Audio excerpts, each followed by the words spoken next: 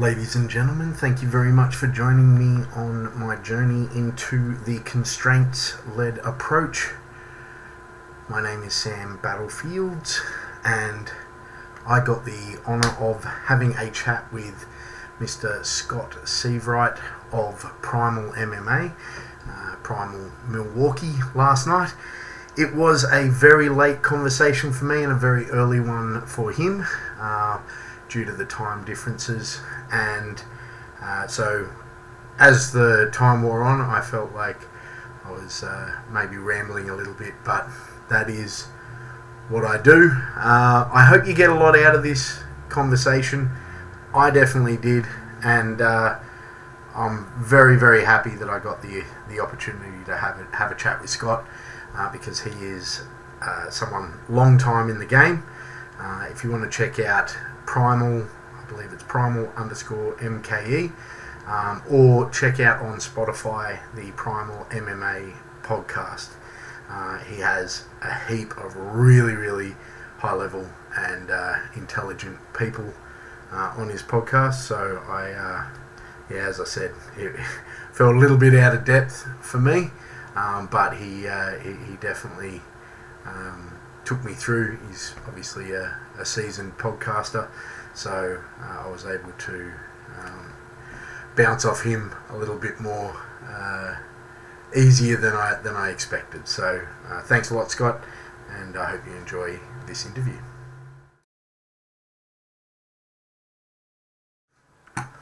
Sam, right? That's correct, yes. How are you there, Scott? I'm good, thank you. Excellent.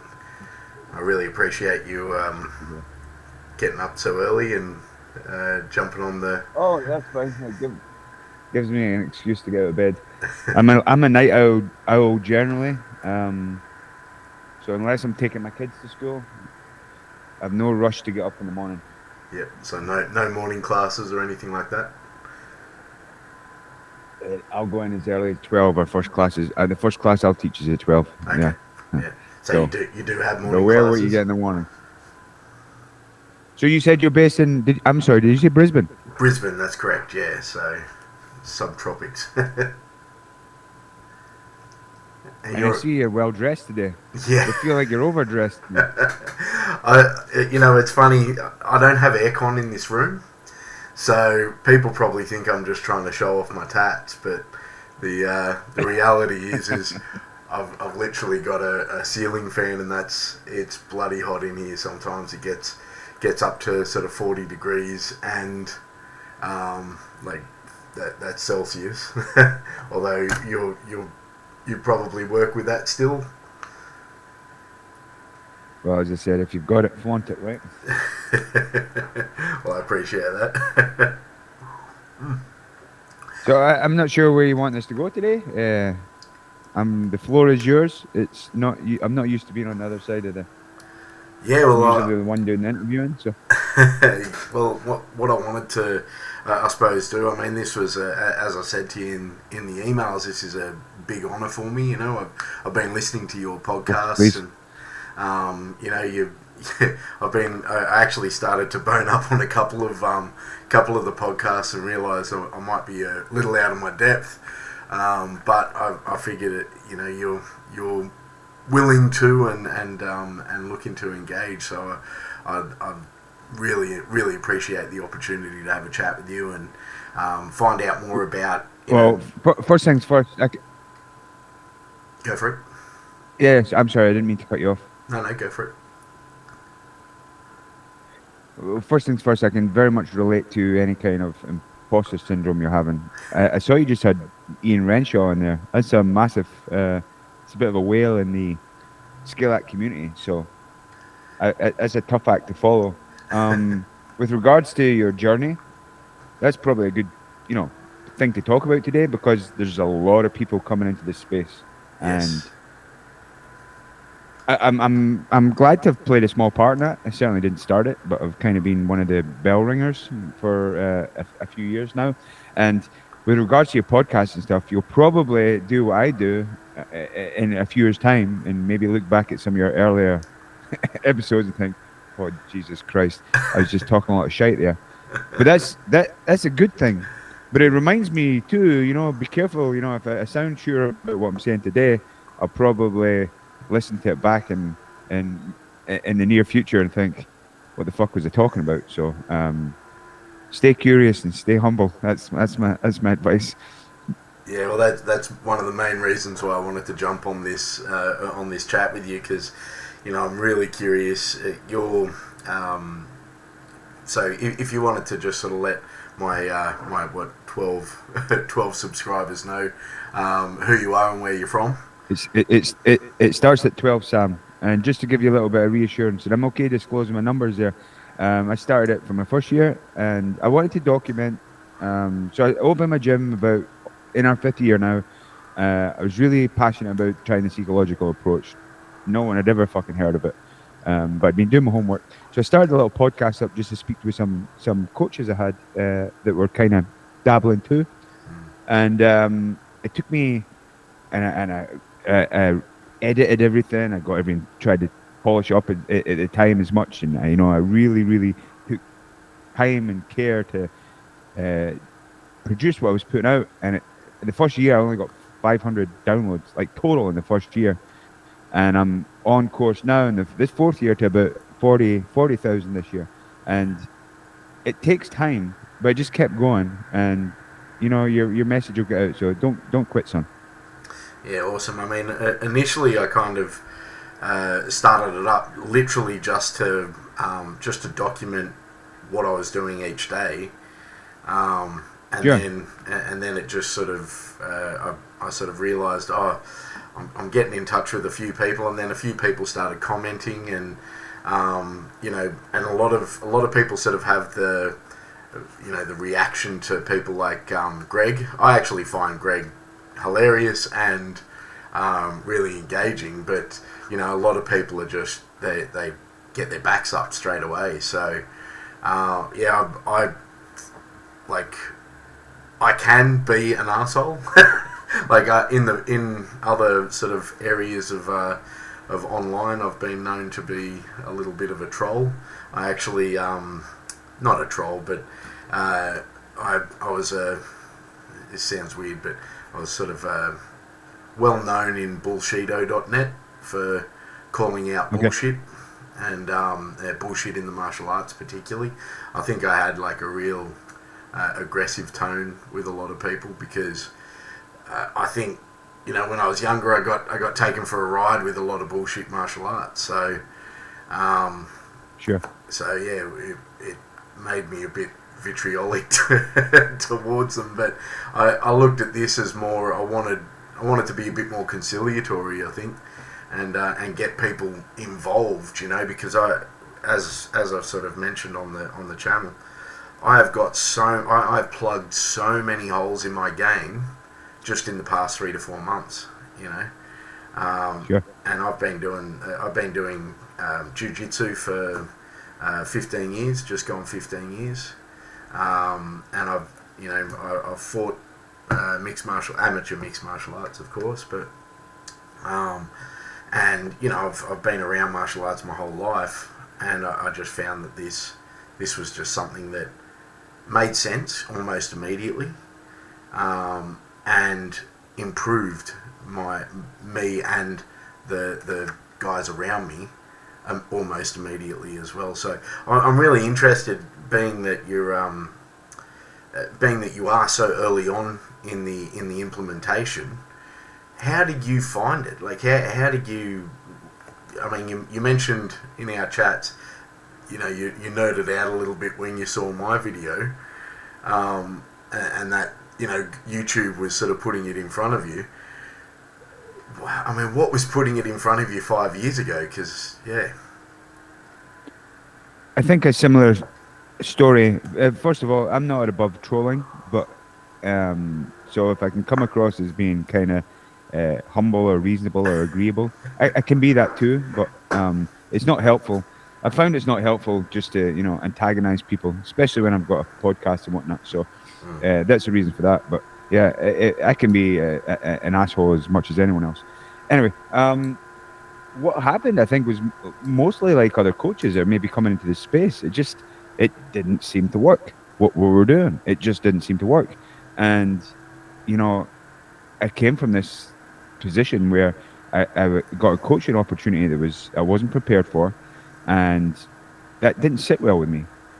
It just I've never been I've never been comfortable bullshitting people, even though I've most likely bullshitted people all the time, because bullshit's not necessarily, it's not necessarily a malicious thing or intentional. Bullshit can just be, you're sprapping away and you're telling untruths. So, but I was never comfortable with that.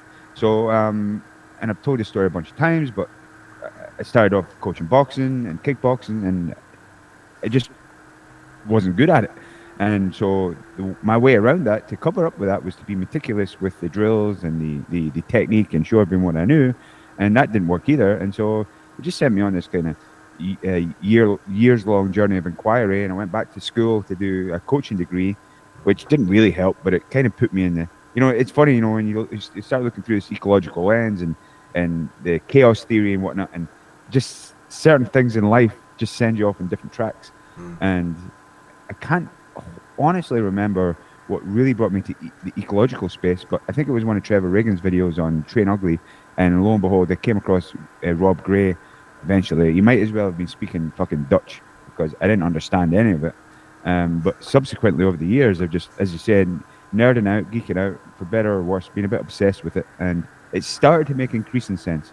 I don't think I'm close to having it dialed in yet, but it makes a lot of sense. So when I come across people like your video and that, it's wonderful that more people are getting into the space, and I can sympathize and empathize with them, because it's really, really tough. There's a lot of reading, there's a lot of work, there's a lot of changing your mindset that has to be done, and it takes time. And I think there's a rush to adopt this approach. And what I'm finding now is it's kind of devolving into a debate over live versus static. And I just think that's missing the point. The debate should be over the underpinning assumptions of whether perception is direct or indirect or not. And I don't know if you want to get into that today, but definitely. I do feel that's one of the biggest issues I'm seeing with the community at the moment that's coming into this space. Sorry, I'm talking a lot. I'm on my third espresso. No, that's fine. This is actually good. I'm on a coffee as well, not an espresso, but yeah. Okay, so aren't you meant to be drinking Fosters at this time of night? I'm off the beers at the moment. After the Christmas debacle, the incidents, but no. An Aussie that a dry Aussie, a fucking imposter. I save it for events now. That way I don't get myself in too much trouble. Yeah, I mean, I think one of the, you mentioned that, Rob Gray, that he was speaking Dutch. One thing I really like about Rob Gray's books is they're very accessible. So I mean, listening to some of his podcasts, maybe not so accessible, but the books really gave me sort of an entry level approach to it, and there's How We Learn to Move and Learning to Optimize Movement, and then How I Got onto Ian Renshaw was through the constraints-led approach, and I found that the kind of having that layperson's understanding gave me that entry point to that more textbook, and now I'm on to this, which is considerably You're more, leveling up. Yeah, considerably more dense. I'm not far into it, and I've been onto it for a couple of weeks. I probably wasn't. I read the other ones sort of over Christmas, so I had a bit more time. But it's very dense. So I think you mentioned the underpinnings. So what would you say? Here's something that I've sort of come across is people do buy into the concept, but they're not willing. Well, it's not that they're not willing, but they're like, oh yeah, I kind of understand what you're saying, so I can make games out of this. Do you find that that you require your coaches to have a theoretical underpinning? I'd like them to have more, but I can't expect people to be, as interested or as enthusiastic as I am about it. So I think for the most part, I'm in a good space with my coaches because they kind of trust and they trust that I'm doing the work, right? And they trust that and what I'm always talking about, right? Don't just copy and paste your coach. So my coaches have a ton of autonomy. We don't have many, but they have a ton of autonomy. And do they kind of, mirror and mimic a lot of the stuff I'm doing and feed off some of the same games? Sure. I guess because I do this with my partner. He's the grappling coach, and so we're pretty much aligned. Do we get in these esoteric conversations about the nature of perception? No, I can do that with my podcasting network and geeks.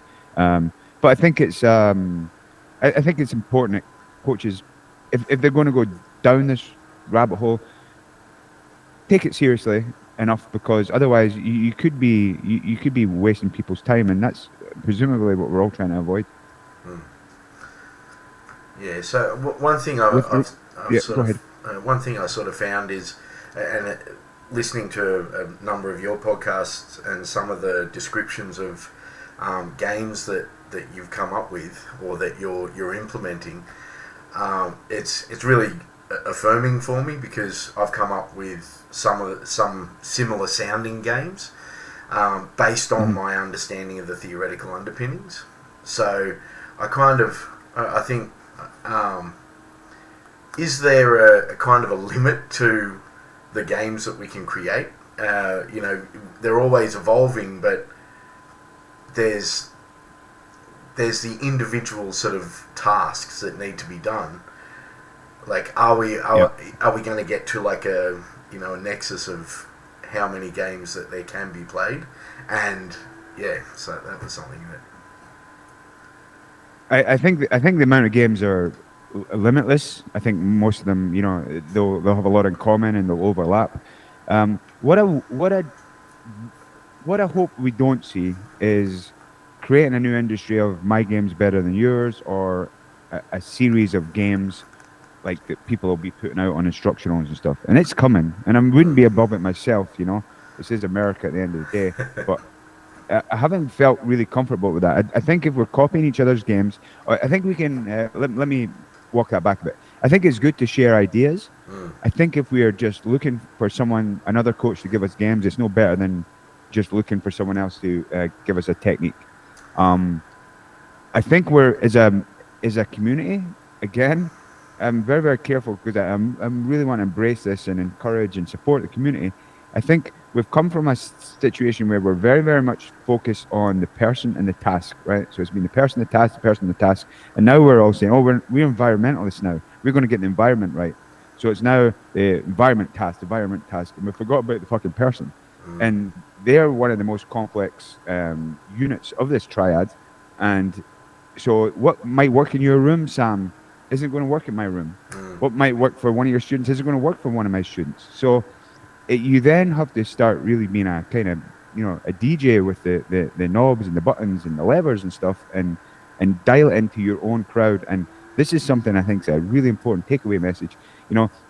I was down at a ecological camp, I call them the circle jerks, a couple of weeks ago in Massachusetts, and I'm admittedly a Greg Souders fanboy. He's been very generous with me. We're good friends. I think he's a wonderful coach. I think he put on a real coaching masterclass. What's interesting with Greg is when you're in a room and you're receptive to him, and there's no antagonism there between the two sides, you see a lot of his personality come out. He's very direct. He's very, he can be a little bit abrasive. He has, humor and whatnot. And I think he's an excellent coach. I don't think anyone's doing it remotely like him. However, I have no interest in copying Greg's games or trying to copy Greg's room, because that just wouldn't work for my room.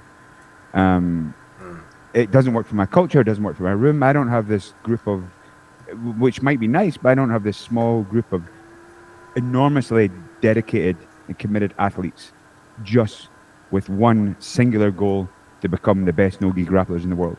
Now that would be wonderful, but I think if we and I think this is what happening. What's Greg doing? What's Greg doing? Let's copy Greg. How long is the rounds doing? What language is he using? That's all very well because I think he's doing it better than anyone else. But I think we're rushing off a fucking cliff if we think we're going to take what Greg does, apply it to our room, and expect the similar results. I just don't think that can be achieved, and I think that's the overall message of non-linear pedagogy and the nature of this whole ecological approach. dynamics. Definitely, and I mean, I think the language situation that Greg's very much the academic language. From what I can tell, anyway, I might be talking out of school there, but he's he almost separates completely from the language of everyone else, and I think that there's a melding that should happen in some ways of the two. I think that combining the two actually helps. But again, I could be wrong on that, and I find that I use a lot of that sort of academic language and borrow some from him, maybe inadvertently, because it actually works, and it works for certain situations. So I listened to a while back the Kit Dale and Greg Souders discussion on your channel as well. Kit Dale's, so I'm not sure if you've seen, but I've been going through the Kit Dale's task-based games and kind of reviewing portions of it, not really looking at it from the CLA perspective, like are these good from the perspective of a CLA practitioner, and I found that a lot of his games were very broad, like it's literally just specific training. And I wonder, I wonder what, how the coach can sort of take something like that and implement it in their own sort of school, because I'm lucky. I've got sort of 3-4 people that do this with me, and I've got buy-in from them, and they're really keen on class, and I feel like we've all gotten better at it, and I've got now a 5-year plan to expand this and that sort of thing. Who do you work with? Is it recreational? Is it MMA sort of regional shows? Looking for the big shows. What's your level that you work with? So I kind of straddle two kind of cohorts that I'm interested in. I love working with beginners. Yep. I love working with beginners, and I know this might sound like I'm virtue signaling or whatever. I want to make, when someone comes in the gym, I don't always get it right, okay, but when someone comes in the gym, regardless of their background, regardless of their aspirations, regardless of their weight, anything, I want them to have a good experience, because I think everyone should be able to do martial arts, right? So I love working with beginners, and I love seeing how quickly I can get a beginner engaged and just out their head and confident and start moving. So that's what I'm super passionate about, and I've no illusions at all that they're going to become exceptional world-class athletes. But that's fine. That's the cohort I like. Out of that group, some people walk in the door and they're serious, and that's the second kind of cohort I love to work with. And so I just have a young amateur team right now. Most of them have come directly through this kind of environment and system. They're only a couple of years in. I'm talking about, it's the only data I have at the moment, so I'm not gonna, it's a small amount of data, and I don't want to succumb to the same issues that I feel other coaches have, and maybe because I'm jumping all over the place here, Sam, but when people say, well, this such and such, this world champion did this and this and whatnot, that's a terrible metric. It's a fucking horrible metric, because there's so many variables that goes into what makes someone elite at their sport. And they could have maybe come through. We talk about, could Gordon Ryan have been better if he'd followed a different, who knows, right? So I think there's an enormous survivorship bias when we look at outliers. So that's not that interesting to me. I'm like, and I'm sure you are as well, how can we take a group of beginners, and hour for hour, make them engaged, uh, have them training sustainably and ethically, and really developing uniquely in themselves. So that's what's interesting me, and that's what I think the ecological approach does a better job of. Now, I still don't think you catch everyone. I think it's almost impossible to apply the constraints-led approach within a larger group effectively. If I had the resources and it was just able to work with, like, it's every coach's dream, right? You got some high-paying athlete that comes and says, "Coach, design my program for me." That would be a treat, and I think that's where the CLA could come in really handy. And to an extent, Greg's kind of got that. He works with a smaller group of guys, DeAndre, Noah, and whatnot, and he can really dial in their training and give them what they need. I can't do that in a foundations class of 40 or 50. I still know that it's probably too much for 15 of them or 20 of them. It's probably not enough for another 20, and maybe that 10 I'm broadening the sweet spot. But I think with the old system, that sweet spot might have been even smaller. Does that make any sense? Yeah, definitely. So your classes seem to be much larger than the ones I'm dealing with. So how do you structure? And if I'm asking secrets, you don't have to say anything. No, there's Jesus. I wish I had more secrets. I'm an open book. So how long's your classes? How do you structure them? I've sort of my classes are 45 minutes. Whoa, okay. Hey, but some people jam 2 or 3 together. They might run into an hour, but they're 45 minutes. My foundation classes, again, I teach foundations in the more advanced programs, whatever they are. But I like working with that brand new cohort because I get to know my people, my students, and we have a lot of fun and we blast the music and we get after it. And then when it comes to the more advanced guys, that's far more of a collaboration, right? Because I've got my MMA team's about 10 to 15, and we really dial the action into where we think maybe where some of them are getting ready for fights or whatever. So I've got a really, really strong supportive team. I attribute my MMA, the closeness of my MMA team, I attribute that to, one, the kind of culture that we've built, 2, having a small team, and 3, that they're not beating the fuck out of each other. Now, what I mean by that is they're not hurting each other. And I think that's been, because I've been in different environments, and I speak about, everyone says they maybe have a tight team, but if you've got someone that's kicking your ass or hurting you or you're hurting them, I don't think that's conducive to making a real strong bond with a team. It may be, and it may be for some teams. Maybe some environments are good at that. They just want to, that old adage, iron sharpen iron, and fuck each other up every day and get the most out of what they're doing. That's fine. But for my team, the more advanced programs or the MMA team is much more of a collaboration, and if that makes sense. And I can talk you through some practices. I know you're interested in the striking and stuff too. Yeah, definitely. Which I'm starting to narrow that in and get a little bit more. That's becoming a little bit more of my own personal framework that I can use within the ecological approach for that. Yeah. I mean, I'd love to delve into that. I'll give you a sort of a where I am at the moment. Yes, please. Sorry, I should have. Sorry, that was very rude of me. I didn't ask about you. No, that's fine. So, the way I structure the practice design these days is pretty much we do like that shoulder touch or torso touch. So it has to be full palm, and I added a thing that I call Quidditch because there's the golden snitch, and the golden snitch is if you can get basically your arms around the torso, your arms around a leg, and clasped, or your chest on the back in any configuration.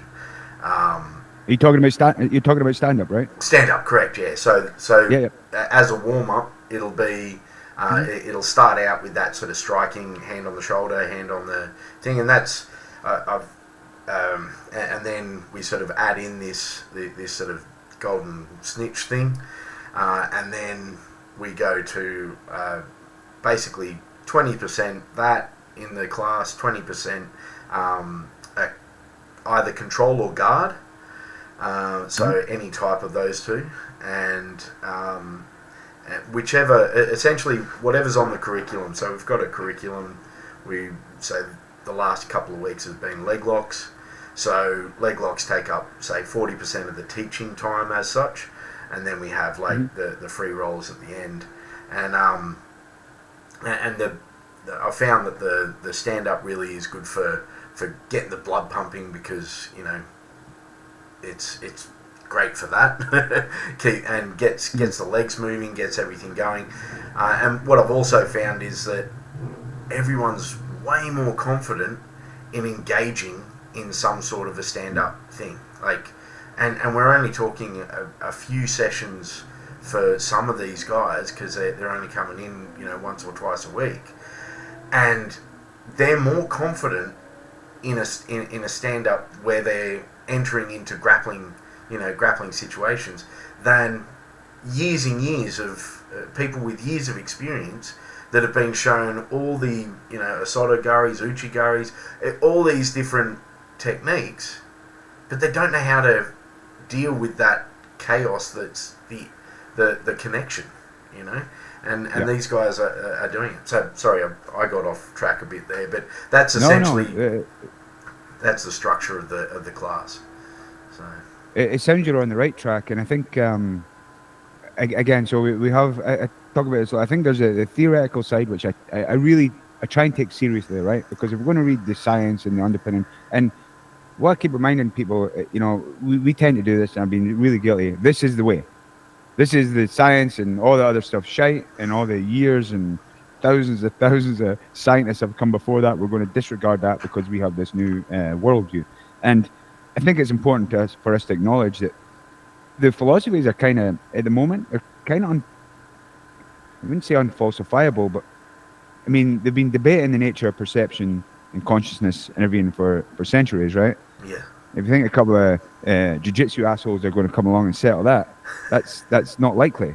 But I do think if you're going to even delve into the theoretical side, stay curious, stay a little bit agnostic on certain things, but stick to it. Take the words, take the concept seriously. I take direct perception seriously, although I'm open that there's another story there. I'm open to there being an extra part of the story there. But the more I read and the more I think about it, it makes more sense to me. It could be confirmation bias, but it makes a lot of sense to me. I take self-organization really seriously. So if I take it seriously, I'm not going to worry too much about how they achieve the movement task. And so I take ecology seriously. So I take these three things really seriously, and I build everything up on top of that. So you have your theory side that, again, for me, I need to take seriously, because it frames the way I'm going to move forward. The rest of the stuff's kind of your own philosophy, right? It's your own philosophy that fits your culture. And so that would be my advice to coaches maybe coming in this space. Take the theory stuff seriously as a foundation, and then the philosophical stuff is stuff we can chat about and get different ideas and share stuff, because I don't think there's always a right and a wrong there. Yeah, you've mentioned a couple of times and early on in this chat, talking about the sort of the scientific side, the perception action coupling. So I sent that email to you earlier on about the zone and getting in the zone. There's that book, and I'll give you a little bit of history as to why that actually is the thing that got me interested in the sort of the psychology, but also the I suppose the brain chemistry stuff as well that assists in learning and skill acquisition. One of my really good friends, Roland, he did essentially a university dissertation or something on the zone or flow states in the martial arts, and he did this in the early 2000s. I read his paper. It was awesome. We used to have these great philosophical chats about how that can affect. I found it was one of the biggest drivers for me getting into sort of traditional martial arts when I was probably a bit younger was I was looking for that mind of no mind, like not having to think while doing stuff, and doing all these other martial arts, not getting it, and then 3 months into grappling and MMA, suddenly I'm doing stuff where I'm not thinking about it. And ever since I've started the CLA, there is no little man talking to my body about what it needs to do. He's not in the way. Like in the past, I thought, okay, what do I need to do here? Not realizing that the fact that that little man was getting involved was actually the issue, the reason why I wasn't able to flow. And so, and flow states, from what I've read, they help learn. They help you learn because the brain chemistry is it optimizes your brain to form those synaptic paths and that sort of thing. So that's one of the reasons why I wanted to, I suppose, ask about it, if you'd had any experience, but also sort of maybe even hopefully nudge you down that track as something to look into, and also see if there's any other areas like that you could suggest that I look into, because I'm hella interested as well. So I definitely look into it. I started to, but I'm at a disadvantage here because I don't know enough about it. What you're describing to me feels real, because it doesn't matter what's going on in my life, when I'm on the mat and I'm engaged and rolling and I feel like I'm in this flow state. I couldn't give you more than a bro science explanation, and probably not even a very good one.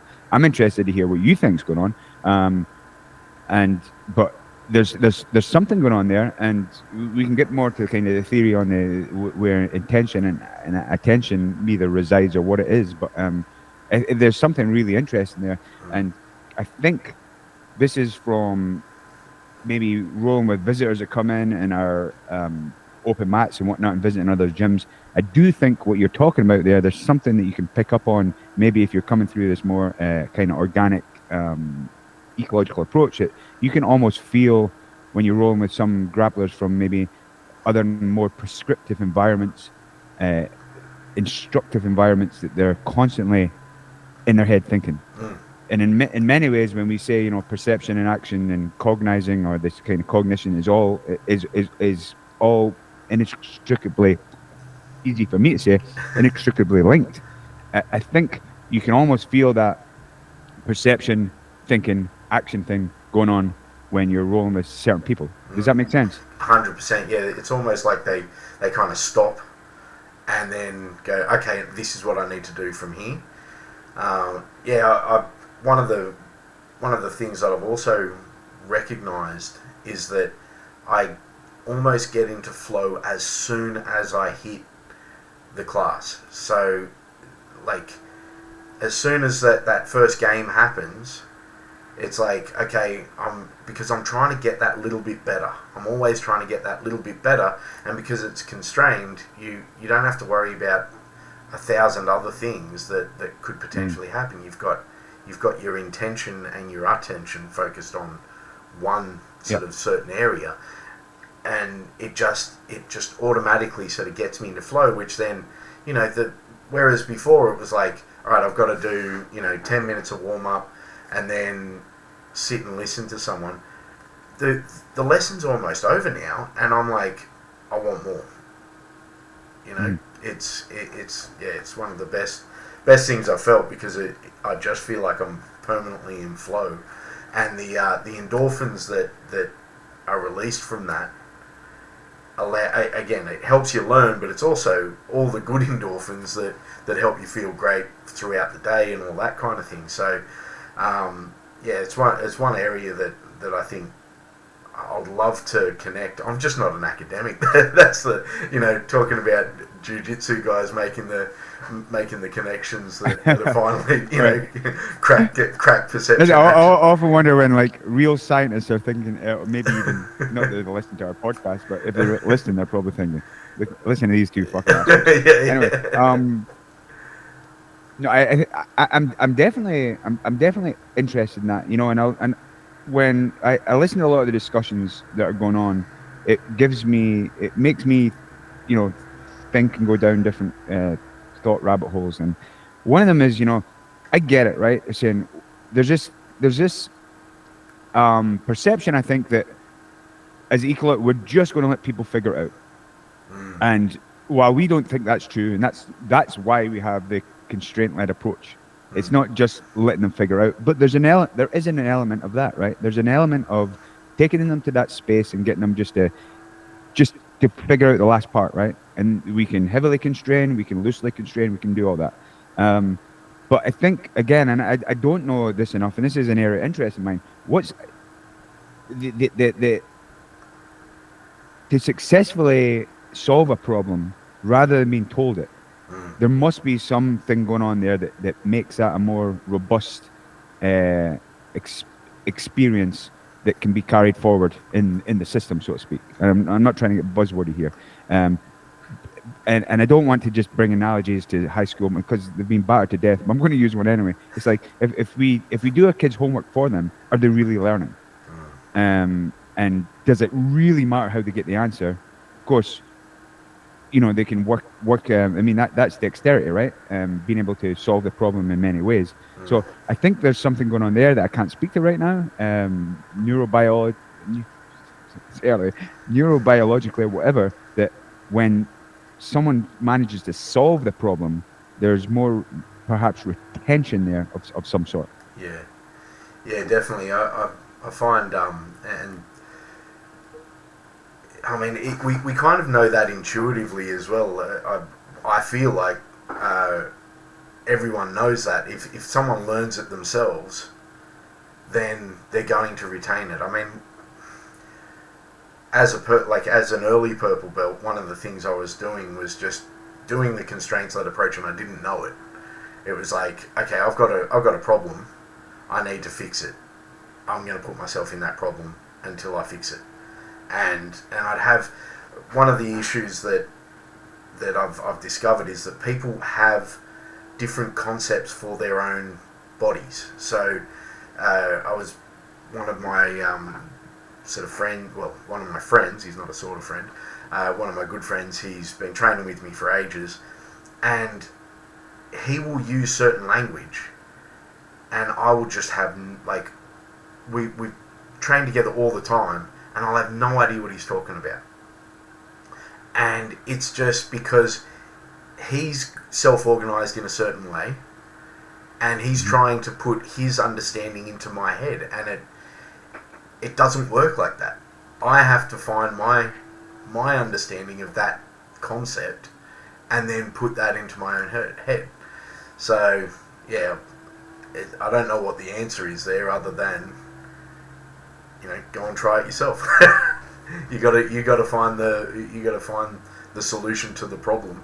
And I think when you find the solution to the problem, when you give that prescription, here's, and you've said it numerous times on your podcast that it's nothing's ever perfect, and all these coaches, or you were talking about the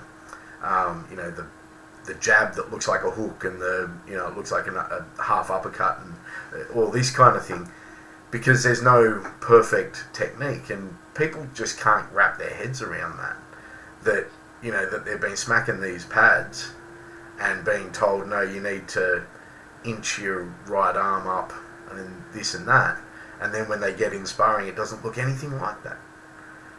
So, yeah.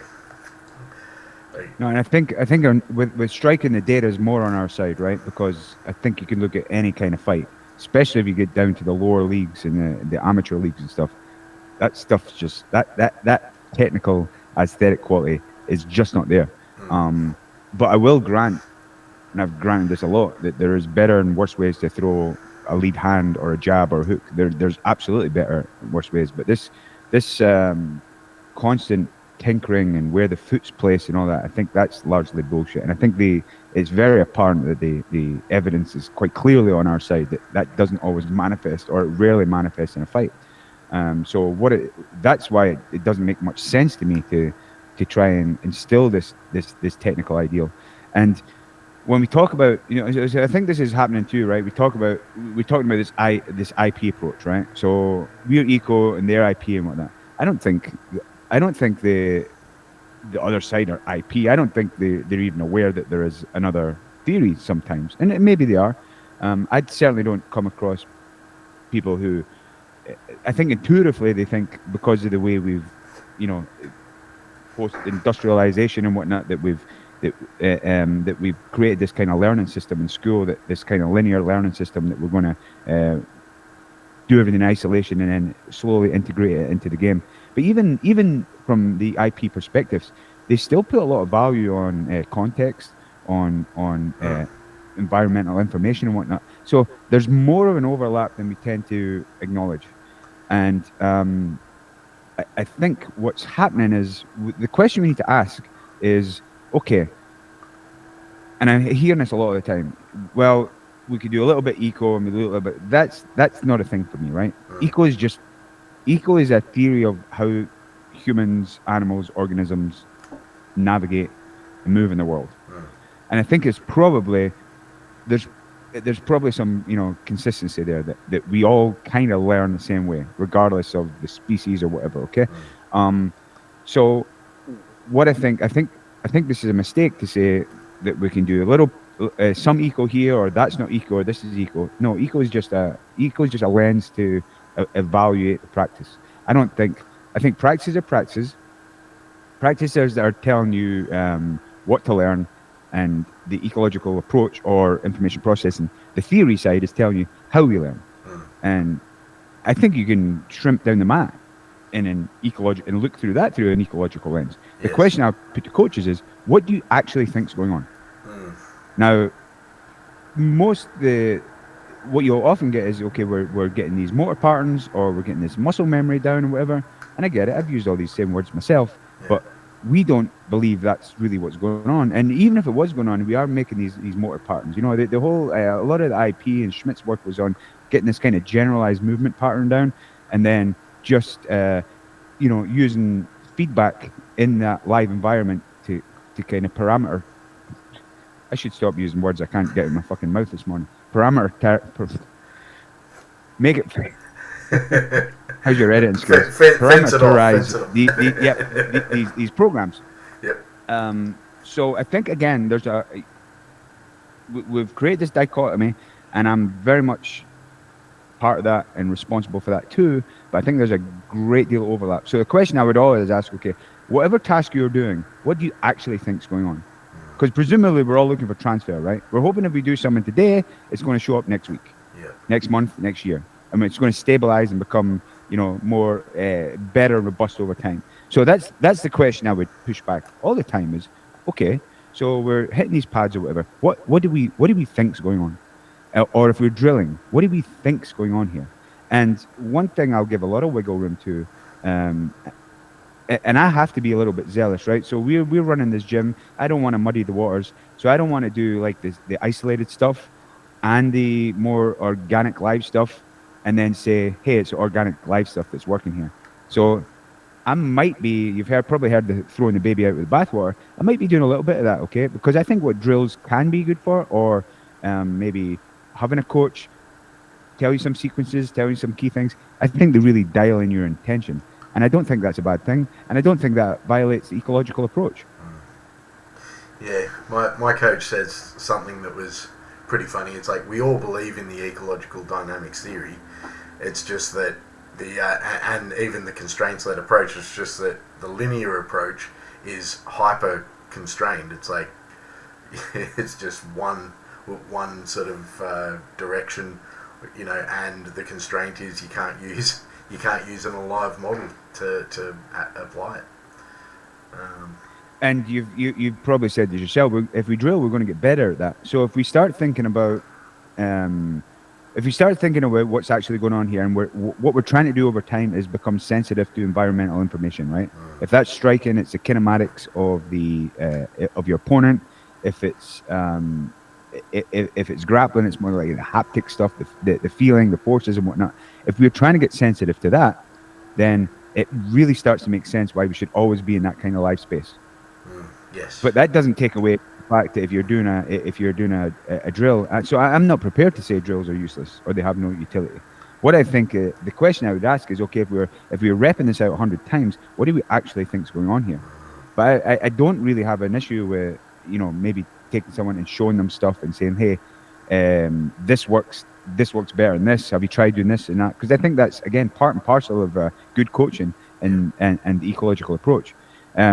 Neither approach, IP, ecological, phoning it in, copying, none of that tells you how to be a good coach.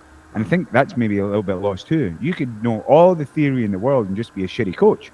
Or vice versa. You could know zero theory and that's been proved through millennia that you can be an absolutely highly effective teacher and coach without knowing any of the theory. So it's not really telling us how to coach, how to engage a human being, how to get their trust, how to develop them, how to nurture them, how to keep them, have a good duty of care. It tells us none of that. Yeah, I agree with there is a time and a place for certain drills. Like currently, there's a positional drill that I really love for leg locks, and it's just showing how the positions of legs in a leg entanglement. Because most of the time you get people just freak out that someone's got a hold of your leg. And so sure. there's particularly in sort of the BJJ world where you're pretty much told don't touch legs until you're a higher rank, and all of a sudden you're getting you get purple belt and you're getting heel hooked and that sort of thing. So but this particular drill that I got handed to by my coach, who got handed to by his coach, it improved my game 1,000% just by being able to recognise what position was dominant, what position wasn't. So I wasn't going, oh crap, he's got my leg, and as you say, throwing the baby out with the bathwater, when in fact I might have been in a position to attack myself. But then doing exactly what you're saying, like, what am I looking to do from here? Okay, what are we actually doing in this position? Because you can say, oh yeah, just trying to submit them, but what's the other person doing? Are they, how can they get out? What are the key points that is needed to get out? Is it like, it's not just hiding the ankle, it's getting the knee past the thigh line, getting this, and all these factors that you tend to find out when you actually put yourself in that position and go, all right, I'm trying to get out of it. I'm not good. The person attacking is not going to try and submit me. They're just trying to hold on. And you just improve because the person's controlling more.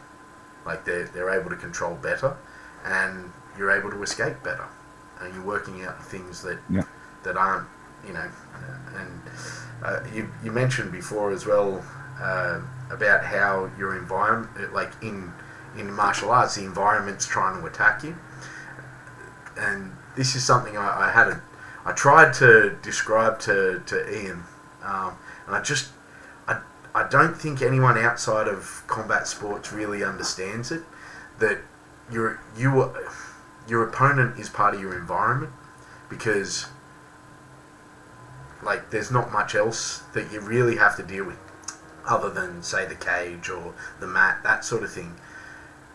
Your opponent is your environment as well as your opponent. What's your thoughts on that as a concept? No, I agree with you. I think, and again, it goes back to we're complex systems, right? Individually, we're complex systems, but once we entangle or get into a combat scenario, we become a system in and of itself, a two-person system, and I can't find a good rationale to ever split that now. And that's what the constraints-led approach is offering us. It's offering us an opportunity to keep that system integrated, but scale it to the level of the learner. And again, I've been wholly guilty of being overzealous about it all, but I do want to say that showing something that's not antithetical to the ecological approach. Now, what we're advocating for, and I think this is what a lot of the coaches and certainly Greg's trying to do is advocating for, okay, don't let's not end up with this kind of middle ground that, okay, we're going to do just a bit more live stuff and create more opportunities for aliveness within the class structures and the progression and the development. Let's keep it all there, and again, stay true to the idea of direct perception and stay true to the idea that we're constantly trying to pick up and become sensitive to information in our environment. And I think if we do that, this is when, again, the craft of coaching, and I'm talking about from a skills perspective, I'm not talking about the man management, the psychological side. The craft of coaching is being able to constrain to that level of the learner where they're able to, have some success and explore. I love what you said about key points. I use it all the time. I'm careful with the word invariance because I think they're few and far between. And again, I want to take that word seriously because people say, well, this is an invariant. Well, is it really an invariant? But I love the use of key features. So if you're in a certain position or whatever, we talk about principles, concepts, underhooks and whatnot. These are key features or that are more often than not are going to give you an advantage. And I think if we can keep playing, especially beginners, into that space where they're able to identify key features from all these kind of positions that guide their intention, they can then start paying attention to what's going on there and experiencing that frequently. And I think that's really what's driving this rapid development. Yeah, so kind of those key features tend to have a universal application as well, or at least, it's like your elbows in, keeping your elbows tight to your body when, that kind of thing. What do you, with your beginners say, or with your MMA guys, do you have a weighting as in striking over grappling, or does it depend on so striking over grappling? No. I mean, what has the history of mixed martial arts? What is the history of mixed martial arts telling us? Yes, grappling for sure. It's grappling. It's control, and largely to an extent now you've seen it's like ADC. Who's doing? Who's thriving in ADC? See, it's wrestlers, right? It's control, and I think we've got this arse over elbow that, and again, at the risk of sounding redundant because I talk about this all the time, is that these finishes are transient moments within the exchange, and they generally come around. Because of all the control features that came prior to the finishes. So 90% plus of my practices are going to be about controlling another human being for physical advantages. And I think that's largely what fighting is. So if we just stick to that, I think the finishes, which are just, cherries on top for me, they'll take care of themselves. And I think we do it the other way around in martial arts, is we're focusing on the cherries, so to speak, or the finishes and whatnot. We're missing the whole, the lion's share or the meat and potatoes of fighting, which is controlling another motherfucker. Yeah. It's awesome you say that, because that's something that this approach has got me doing so much more now. It's like I don't even really care about the submission. The submission will occur if I've got the control. It's like, yeah, I think we've got it backwards. 100%.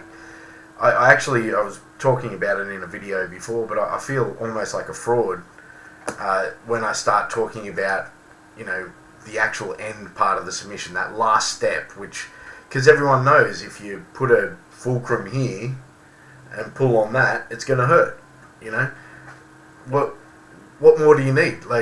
But in order to get there, you need to be able to control this, and so everyone's sort of going, you need your thumb to the ceiling and all that kind of thing, and it's like, I genuinely, I was sort of sitting there trying to explain why we, the end result, and it's like the arm only goes three ways. It stops there, and it stops there.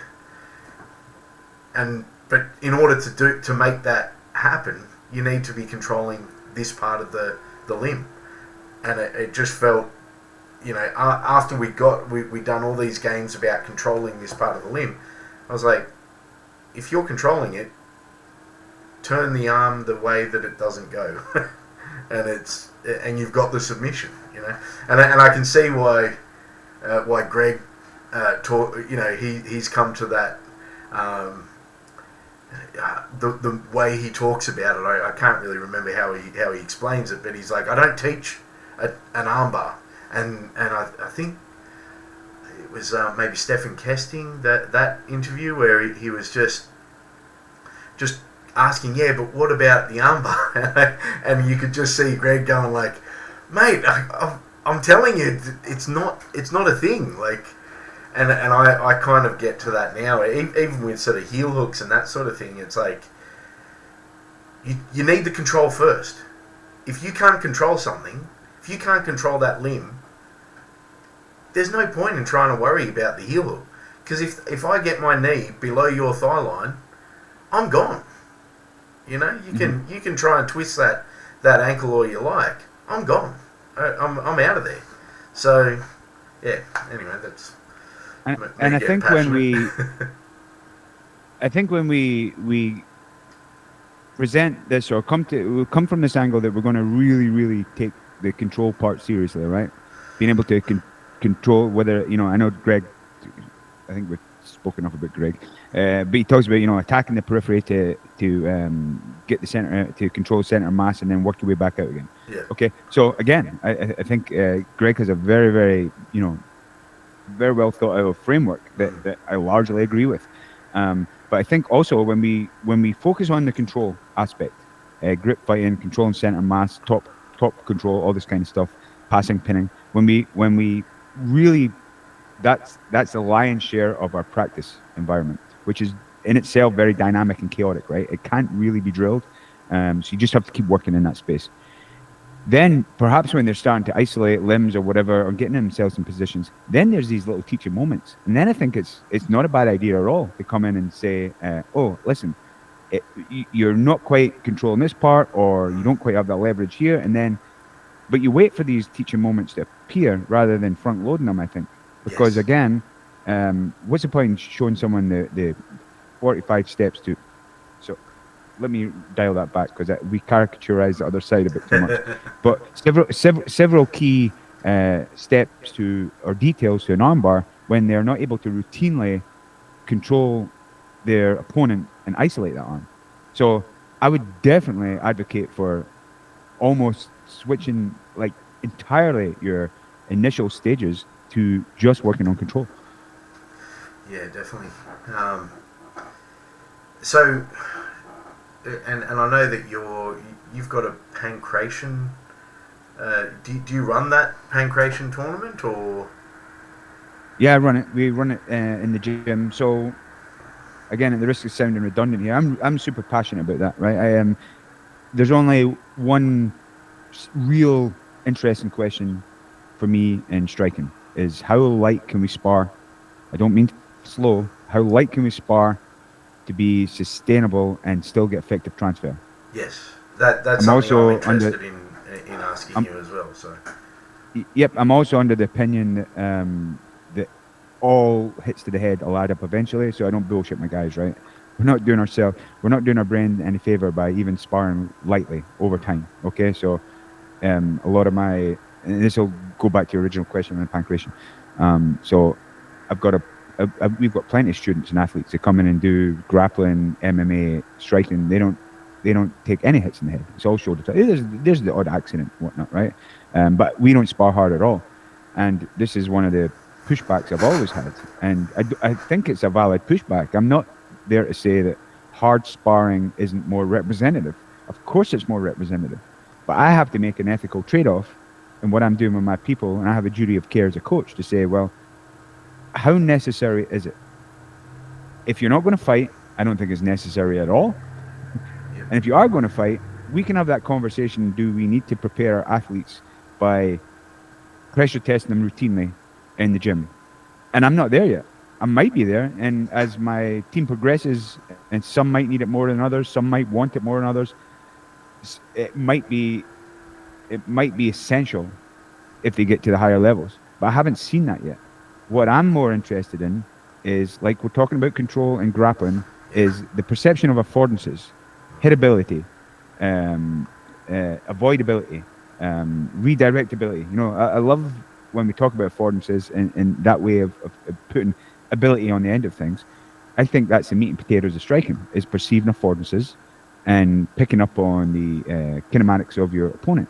And I do think we can get a lot of that in striking class and really, really be on the extremely light end of the force production.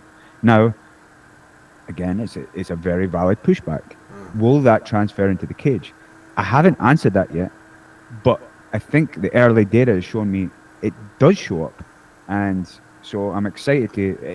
What I wanted to do is start off really light and conservative, and then see how things go. It's easier to dial up than dial back. Yeah. So, if I can ask, what the rules for the pancreation, because I literally. Yes. So Sonny Brown had you on. I think it was in January, but he only just released the podcast on Monday. Yeah, I thought it was longer. No, actually, I think it was exactly after. It was a weekend after the Izzy Strickland fight. Yeah, so I think it was back in did September. Refer to that. Yeah. So, and he sort of mentioned about. So I actually work with a couple of pro and amateur organisations over here, and my fight years ago was originally meant to be A class. The guy asked for it C class, and then there was headshots while standing, but no headshots while on the ground. There was no protective gear. It was all and no elbows, no knees, and yeah, pretty much that. So it was kind of a modified C class, like CB class. Yeah. Pancreation's got no headshots at all. Is that correct? No headshots at all. Yeah. So we're pretty liberal with the rules. We're allowed. We do allow forearm strike. You know, in the nature of the game, I try and get everyone that's participating. Just to, you know, let's. It's not a fucking UFC death match, all right? Let's just stick to the spirit of the event. So that's the narrative. But of course, they want to win, right? So it can get pretty aggressive. I'm really passionate about. Yep, sorry, all submissions or? Yeah, everything's open. Leg locks, everything. Okay. Awesome. We have a conservative referee that they'll stop in and stop it if they think someone's not tapping in time, or they're in danger, or they're not perceiving that danger yet. So we're pretty conservative with the refereeing. But we're going into our 11th event now. And what I try to do with that is give them a real taste of what it's going to be like. So they bring their friends, they bring their family. We have the warm-up areas. We'll have their hands wrapped, all this bullshit, right? Walkout songs, all this stuff, crowds cheering and whatnot. And it's still a fight to me. It's peculiar to me why people don't take that seriously and think it's a fight or a contest. Of course it's a fight. It's just got more constrained rules. But what I like about it is that it gives an opportunity for people to try it out, see how they manage to perform when there's people watching, or the girlfriend's watching, or something like that. And it could go both ways, right? Because they might think, oh, I can do this, no problem. And then it's a gateway drug to actually fighting. Yeah. But for some of them, that's just enough. But I don't let any of my fighters go unless they're high level. Like we've got a high level wrestler that's come in and he's going straight to MMA because he's been under the lights so much. I don't think he's going to fold. But generally speaking, I want to see how you perform in the pancreation event at least 2 or 3 times. And also, I want to see how you deal with tough fights and losing. So I don't worry too much about my guys losing in pancreation. And because it's our own promotion, I actually try and go for about 50-50. And for the most part, we do that. So if someone's had a couple of wins, I'm not setting them up for failure necessarily, but I'm going to give them a really, really tough matchup. You know, they're going up several belt colors with their opponent and whatnot. I want to see how they deal with winning, how they deal with losing, and just generally how they perform. But I'd love to see more pancreation. So if anyone is thinking about hosting it in their gym and whatnot, one of the reasons we do it is because we still try and take the safety side seriously, but we don't have to go through the commission. Anytime you bring in headshots, you have to go through the commission. So we can run this in our gym without going through the commission. So headshots are just non-negotiable. So I like it for that reason. as you sort of bring it back to the control thing, I suppose you find there's grappling dominant. It becomes grappling dominant. Is it kind of like Kyokushin where you can strike to the body? So you can ground and pound all that, just not to the head. Okay. So it's really MMA. It's 3-minute rounds. It's really amateur MMA without with a bit conservative refereeing and no head strikes. And I'm just waiting for it.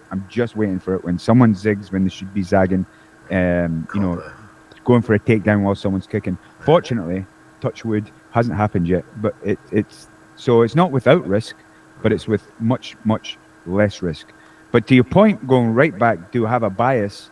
Yeah, absolutely. I'm going to go with the most that's been routinely shown over decades. What the optimum way to win fights are. Yeah, I suppose as well, because close distance, put them on their back, beat them up. I suppose the UFC rule set as well has started to shift. Well, it's shifted to value striking a bit more with the rule set. But I'm in agreement with you on, like, grappling. It's just where everything ends up anyway. In the chaos of the fight, you're trying to stop someone's, like, even the most never fought never touched a boxing glove is going to try and grab the person. So, right. I'm 100% on board with that.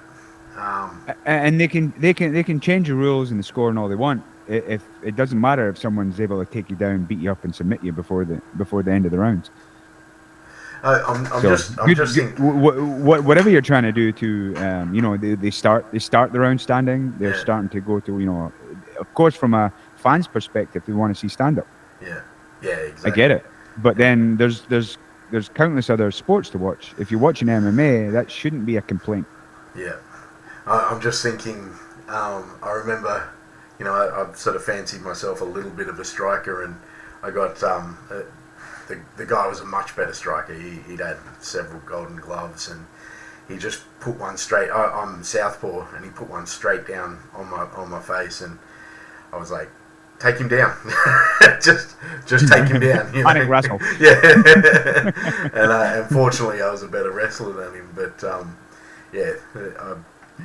I'll always. Yeah, these MMA fights make honest men out of us all. You think you're in there, you're in the warm up room spanking the pads like a fucking champ, and that fucking game plan goes right out the window, and you get bopped on the nose. That's it. Do you use much pad work and bag stuff anymore? I mean, it seems pretty redundant. We've one bag in the gym. I'm open. I don't use. We don't do any pad work in classes. Yeah. What I will do is just to express power. I'll have the guys, and they're terrible at holding pads.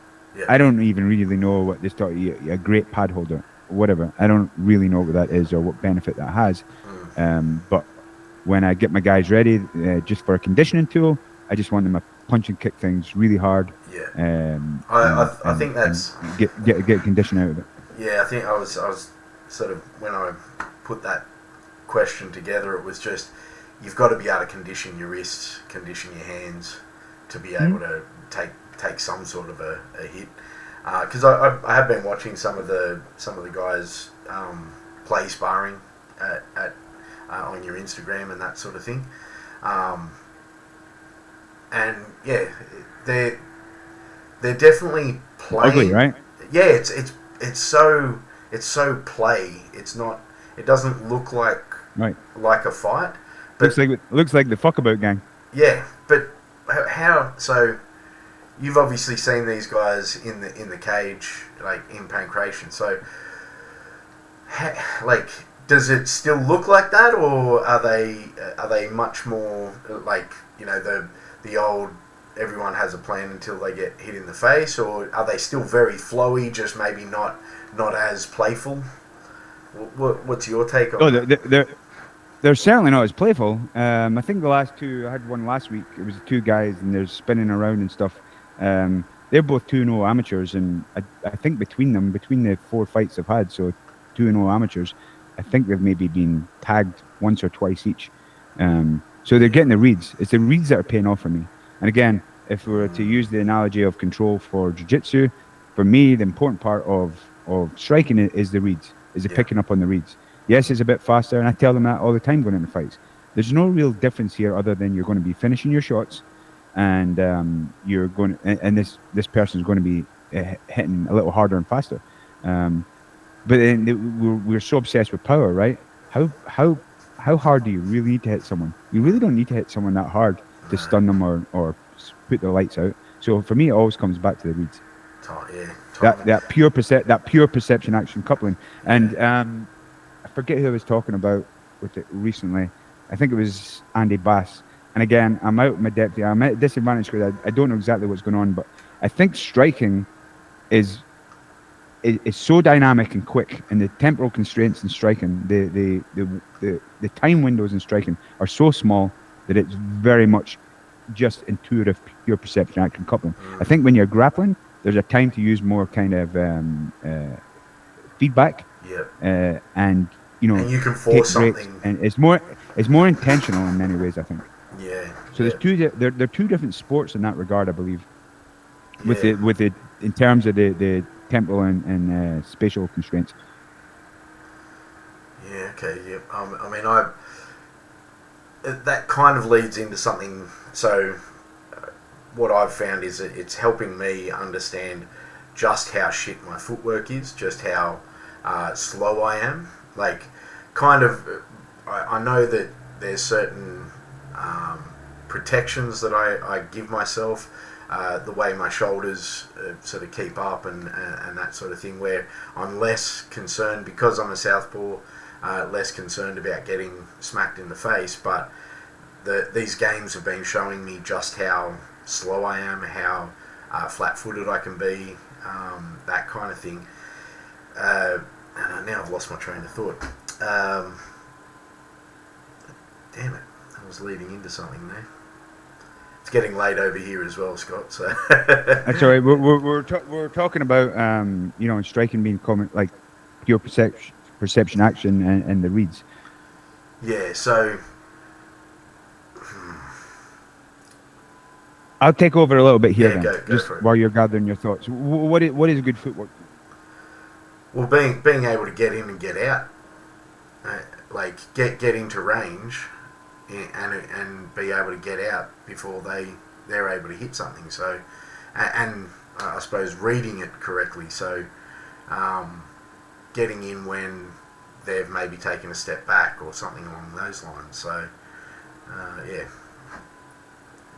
that would be my very, very rudimentary understanding. So no, mine's maybe not that much more sophisticated. I just think it's being stability and being able to, we talk about these metastable ranges. Are you able to effectively receive and produce force and attack and defend?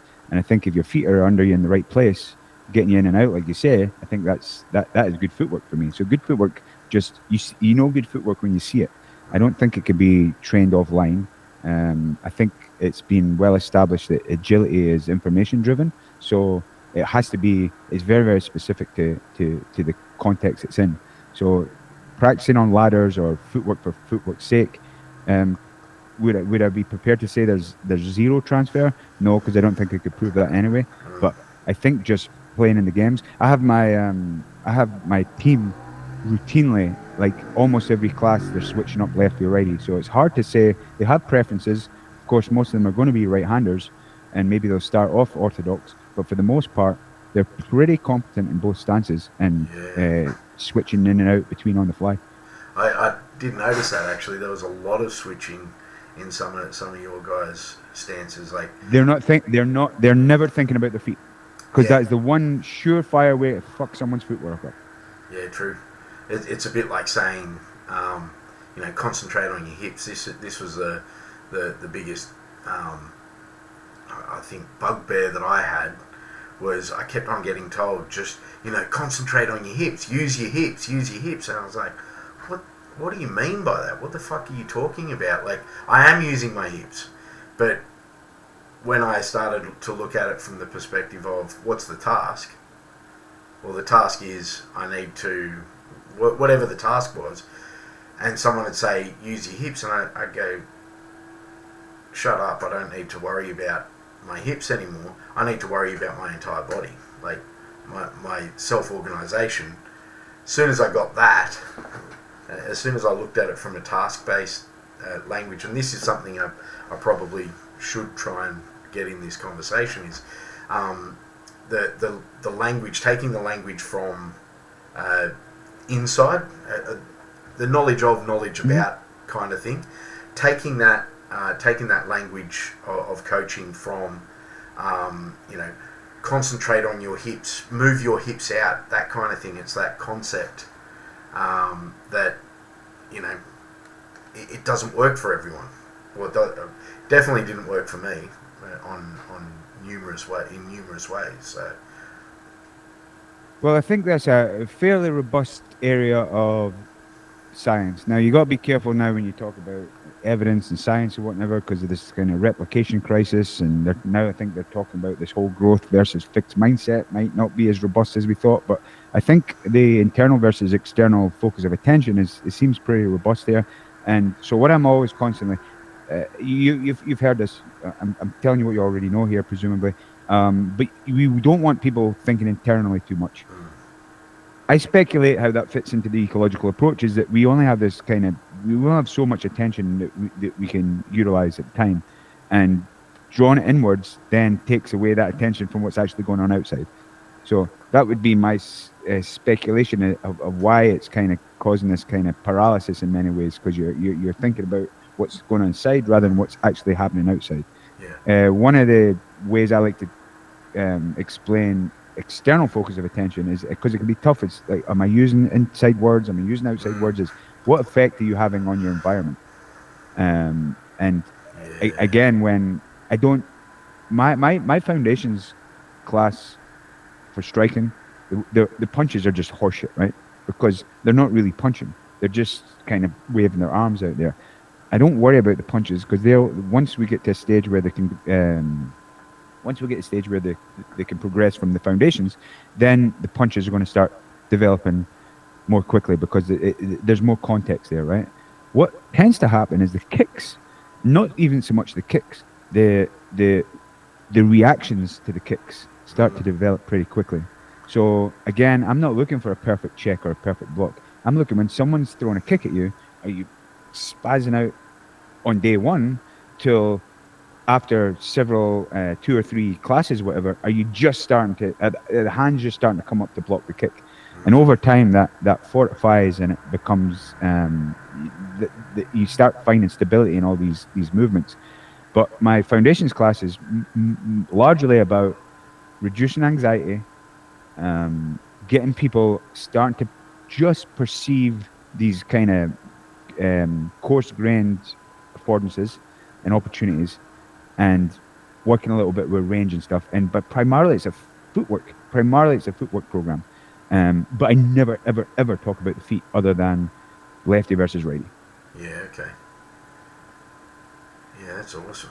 And I think footwork stabilizes because, again, when you're always in this dynamic situation where you're constantly being perturbed and bumped and moved and something, and you're having to react and close the space and make space and whatnot, if we take self-organization seriously, that will all come along for the ride. Yeah.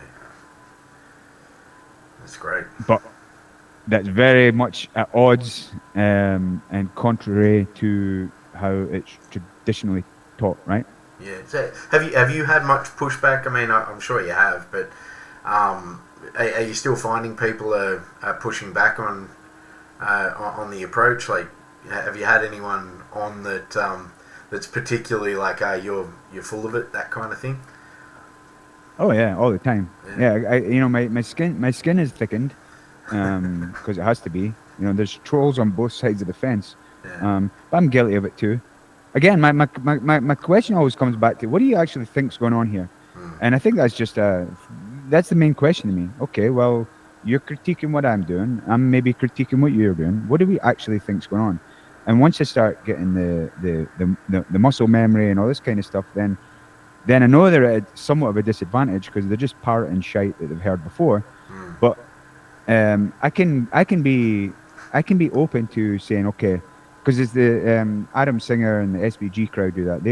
They've been preaching aliveness for years, right? Yeah. They had their 3 eyes, and they had their initial isolation stage where they're given, they're kind of isolating it, and they still want to have that kind of liveliness. This is what Adam Singer's dealing with at the moment.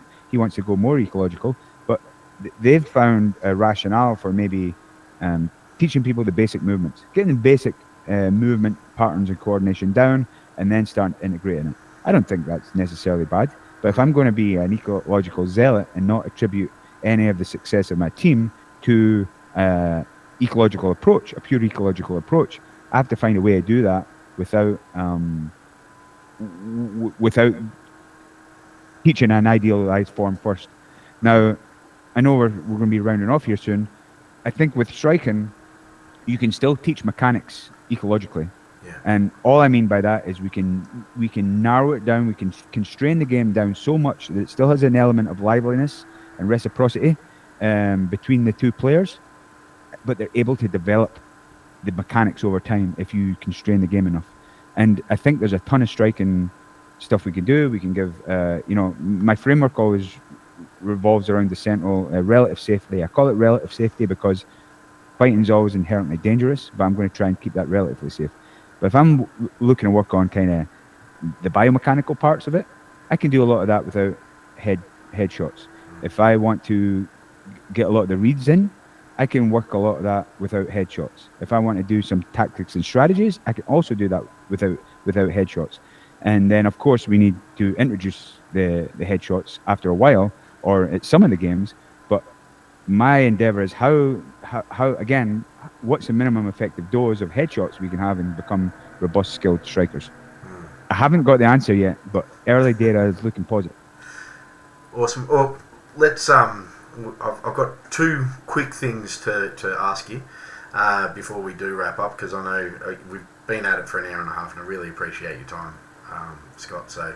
Oh, you get me started. I'll be here all day, son. I'd love to have a catch up in a couple of months as well, if that's cool. But I wanted to ask, seminars, and do you ever go to any other classes? Yeah. Okay. And how? The reason why I ask is, ever since I've started, I've been to about 3 seminars. I went to John Danaher's. I went to just a couple of other, 4 or 5 degree black belts, blah blah blah, and I just felt like I wasn't getting much out of it. Like, I just felt like I could go and work on this particular thing that they're looking at, and go and figure out just get really really good at the element that is the sort of the key feature, and get really really good at it, and then I'd be I would have learnt it myself. So I'm glad that you're on. No, I'll answer that. Go for it. So, coaching isn't a lucrative endeavor, right? Yeah. So, if you're lucky enough to be asked to run seminars and get paid for seminars, fill your boots, right? It's good for the community. It's people have money, they want to spend it. Great. Let's be reasonable at how effective seminars can be as far as a skills thing. What I think seminars do, like you were at John Danaher seminar. If John Danaher tells you something, you should listen, and you will listen, and it probably has some benefit. If some random dude in the gym tells you something, you're maybe not going to be as receptive to that. So I think how receptive you are to information is probably heightened in a seminar. You're in a different environment. You're going there receptive to learn something new. And the chances are, when someone tells you something, it's going to resonate, it's going to kind of marinate a little bit more than it ordinarily would in a general class, and you're more likely to try it out in your own time. So in that way, I think seminars are probably a really good way of really, really, giving you a strong intention to take away with you. Okay, cool. And like, I don't want to give the impression that I didn't get anything out of these seminars. I just felt like I would have had more out of it if I had gone and taken some of this stuff and gone and played with it Sure. as a task-based thing. Again, I think the community aspect and getting people together and whatnot. That's yeah, great. Go your boots. Go all the seminars. And one-on-ones. Do you ever do one-on-ones or I mean I've thought about. There's a couple of things going on outside of my gym at the moment that I've just one-on-ones can be kind of a little difficult in that, you know, my skill level versus a white belt, you know, but I also see that there's benefit because you can constrain something down to a task that's a key feature, and they, you know, because they don't have to worry about all the other stuff, it's a very specific thing, they can then go for that and, you know, and have some success, learn the failures but have some success as well because it's this small part. What's your thoughts on sort of doing one-on-ones in the eco CLA approach? So I think again, it's not a lucrative endeavor. If someone's prepared to pay you the money to do that, and that's not to say it can't be worthwhile, and you want to do that, yeah, go for it. I think one-on-ones, you know, some are probably better than others. I like the idea, especially if it's someone maybe newer that I can roll with and give them, you know, in real-time feedback, and we can, you know, be pretty open about it and just explore different positions. I think that can be pretty valuable. Like going back to what I said before, I think the constraints-led approach and ecological approach can be extraordinarily powerful if you're working in small groups or with individuals. I think where it loses its effectiveness, it's paradoxically is I think it's more effective, but it's still not very effective when you're doing it in large groups, because I don't think you're always missing either the challenge point of people or they're just not interested or whatever. So to your point about privates and one-on-ones, they can probably be very, very valuable. I don't know so much in striking because I have two guys that very infrequently that I work with. They're older guys, and they came in to learn how to box and whatnot. And within 5 minutes, we're just play sparring, no one head contacts, play sparring. They have a blast. They're losing weight. They're having fun. We've made a good bond. So that's good for me. But from an ecological 101, I think you just have to, you know, glove up or lace up or get on the mats with them and just do the thing with them and kind of guide them on the way. I think that can be a really powerful way to do one-on-ones. Yeah, okay, awesome. No, that's great. That's great. You're a larger gentleman. What you're a heavyweight or? Yeah, I'm super heavyweight. If not, I carry it fairly well, but I'm way overweight. So 130 kilos. So that might, you know, if some little waif comes along and wants a one-on-one with you, how much are they really going to get out of that? So there's lots of variables that go into it, but I think one-on-ones, especially, I don't think one-on-ones are. I think they fit in nicely to an ecological approach. I think they fit in really nicely if you design that session around exactly what your person needs. But I think it would still need to adhere to what we're talking about. It need to be live, in the moment feedback, just directing their intention and attention. I think that could actually be very, very, very, very powerful. Awesome. No, that's good. I every so often the class size goes from sort of 3 to 7, and then down to just me and someone else. And I find that those sessions are great. There's a little bit more concept talk, and it's sort of bringing attention to things. But I do like the individual sort of thing. So I'm glad I asked that, because that was. And I do with my coach too. You know, we'll get together. We're getting ready for ADCCs this month. I thought I was going to be the oldest motherfucker there, right? But there's one guy older than me. So you're competing, eh? Right. Yeah. The strength and delusion are the last things to leave, I think. And I got my tapping arm ready. But I'm going to go down with my pals and have a laugh.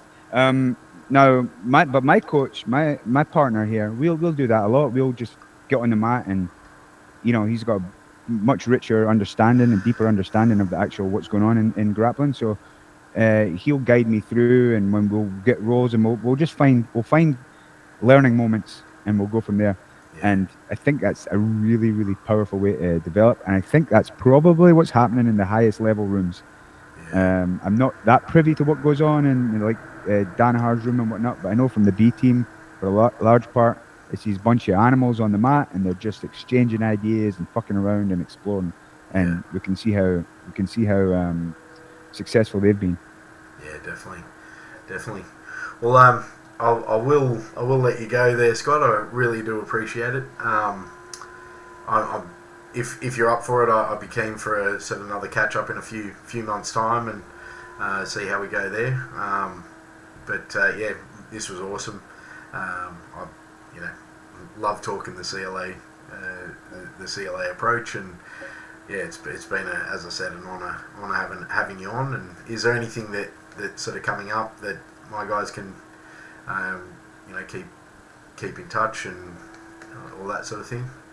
Yeah, I'm always happy to talk to other coaches exploring this, because I'm a safe distance from getting all dialed in. Especially, I'm more interested in talking to striking coaches now, because I know it's taken off in grappling, and I'm interested in that, of course. But the takeaway message for me is that be serious about what chaos theory and that's telling us in non-linear pedagogy is that we have a set of principles that we think is what's probably going on under the hood and what's probably going to make effective transfer. But you have to get to know your own room, and it has to be unique to your room and your people. If we start copying, just like whole cloth copying what other coaches are doing it, I think we're setting ourselves up for failure, and we're going to create the very monster that we're trying to get away from. Awesome. Well, thanks again, and we'll hopefully. Well, good luck in ADCC, and I'll be watching that over. I'm sure it's on the either Flow Grappling or UFC. So I'll keep an eye out for you. See if you get any of those baseball bat chokes. Oh well, I'll be spamming them for sure. So thanks very much. Keep up the good fight. I'll continue to watch your material and just keep going. Awesome. You go. Really appreciate it. Even if you feel like you're shouting out to the void, that's exactly where I was. Well, awesome. Thanks heaps, mate. I appreciate it. All Cheers, right. Scott. Thanks, Sammy. See you, mate. Yes, bye-bye.